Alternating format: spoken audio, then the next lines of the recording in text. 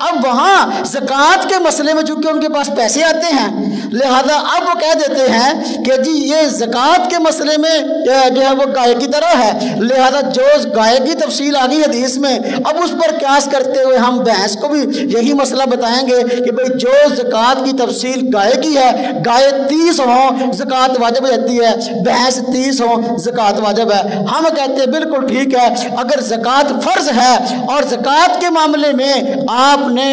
بھینس کو گائے پر قیاس کر لیا ہے اور کہا ہے اس کی قسم اس کو اس میں شمار کر لیا ہے، تو پھر قربانی کے مسئلے میں بھی شمار کیا جائے گا۔ موطا امام مالک میں امام مالک رحمۃ اللہ علیہ نے فرمایا ہے زکوٰۃ کے مسئلے میں یہ بھینس جو ہے یہ گائے میں شمار کی جائے گی، اور محدث اور امام مالک رحمۃ اللہ علیہ یہ ایسے محدث ہیں کہ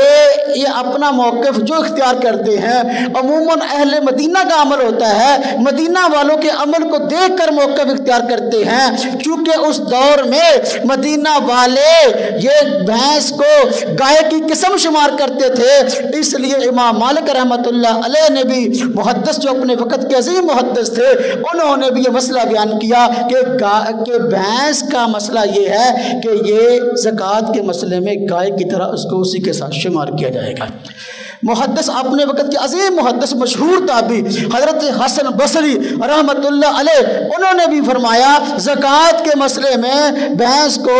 جو ہے وہ گائے کے اندر شمار کیا جائے گا، اور حضرت سفیان ثوری جو اپنے وقت کے عظیم محدث ہیں تابعین میں سے ہیں وہ بھی فرماتے ہیں زکوٰۃ کے مسئلے میں بھینس کو گائے کے اندر شمار کیا جائے گا۔ اب یہ حضرات جو بھینس کو گائے کے اندر شمار کرتے ہیں زکوٰۃ کے مسئلے میں کہ یہ قسمیں ہیں، ایک قسم کو دوسری میں شمار کر لیں گے، لہذا قربانی کے مسئلے میں شمار کیوں نہیں کیا جا سکتا؟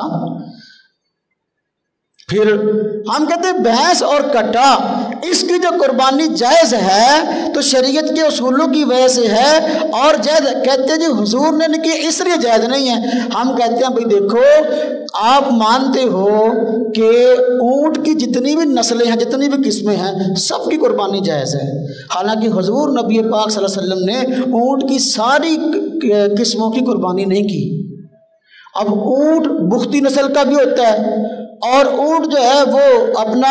عربی نسل کا بھی ہے، پھر اس کی بھی کئی قسمیں ہیں، تو جتنی اونٹ کی قسمیں ہیں حضور نے ہر ایک کی قربانی نہیں کی، لیکن تم ساری قسموں کی قربانی کو جائز کہتے ہو۔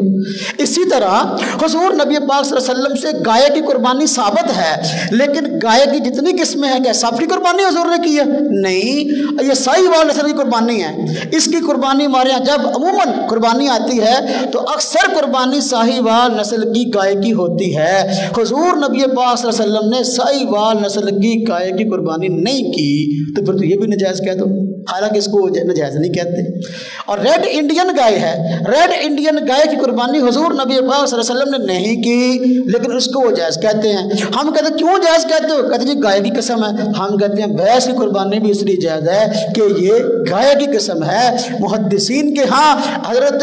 علی المرتضیٰ رضی اللہ تعالیٰ عنہ کے ہاں اور اس ائمہ لغت کے ہاں عربوں کے ہاں قرآن کے اصولوں کی روشنی میں جب یہ بات ٹھیک ہے تو پھر بھینس اور کٹے کی قربانی جائز ہے، اس کے ناجائز کہنے کی کوئی وجہ نہیں ہے۔